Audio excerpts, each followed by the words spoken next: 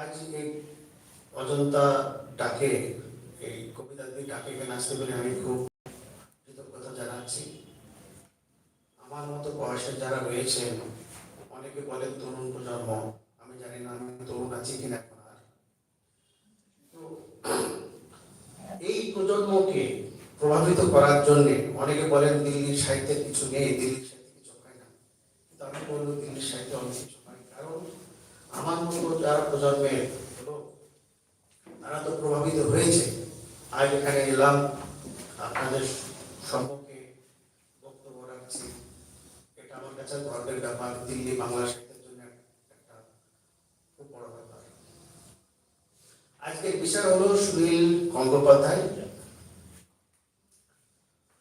সুনীল গঙ্গোপাধ্যায় নিয়ে সকালবেলা থেকে অনেক বক্তব্য শুনলাম, অনেকে মতামত দিলেন, সবাই বিদগ্ধ এবং যথেষ্ট পড়াশোনা করেছেন, রিসার্চ করেছেন এবং এমন অনেক তথ্য যা নিজেও জানি না, সেসব আমি জানলাম, যুদ্ধ হলাম বলা যায়।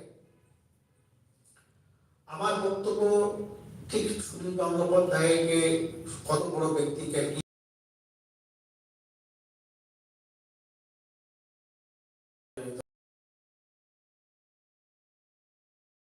সেরকম নেই,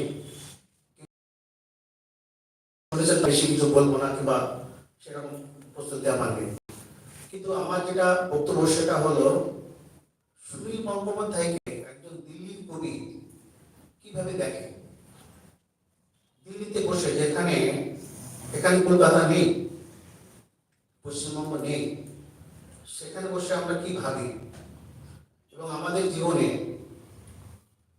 বাংলা ভাষা, বাংলা সাহিত্য চর্চা করতে গেলে আমাদের কি দরকার, আমার আমার নিজস্ব চিন্তা ভাবনা আমি কিছু ব্যক্ত করতে পারি, সেই নিয়ে আমার অভিপ্রায়।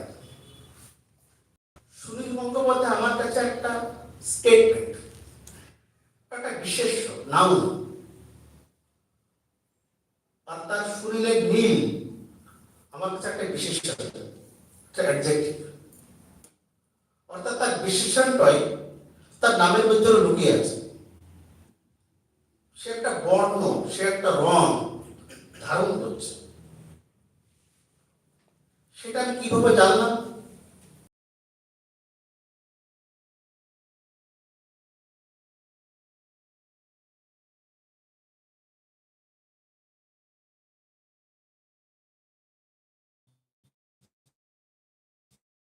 এটা আমি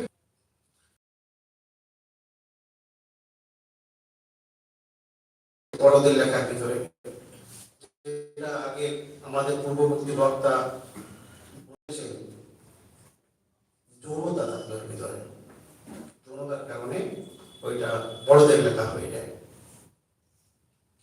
তো আমি যখন ছোট ছিলাম, আমার সাহিত্য চর্চা মোটামুটি বলা যায় সাহিত্য ব্যাপারে ক্লাসের বাইরে আমি সুকুমার রায় পড়তাম। তখন কত 5, 6, 7 এটা সময় পড়ি। সুকুমার রায় ছোটদের লেখা, টেনিদা, শঙ্কুদা, শঙ্কু, প্রফেসর শঙ্কু, সুনীল কিছু লেখা পড়েছি সে সময়। ওই গোয়েন্দা গল্প পড়তাম, কাকাবাবু, সন্তু কাকাবাবু। কিন্তু সন্তু কাকাবাবু থেকে আমার বেশি ভালো লাগতো সেই সময় পাণ্ডব গোয়েন্দা। তো সেই কারণে আমি সুনীল গঙ্গোপাধ্যায় সম্পর্কে ভালো জানতাম। তো ছোটবেলায় থেকে আমার সুনীল গঙ্গোপাধ্যায়ের যে ধারণাটা, সেটা খুব বেশি বৃহৎ বা খুব বিশাল ব্যক্তি বলে মনে ছিল না। যখন শুরু করলাম ক্লাস 7 বা 8 পড়ি, যে ওই নিষিদ্ধর ব্যাপারটা সে চলে আসে। ওনার একটা উপন্যাস পড়লাম, শুধু ঝর্ণার জলে। শুধু ঝর্ণা জলের উপন্যাসটা পড়ার পরে ওনার প্রতি একটা প্রীতি জন্মালো।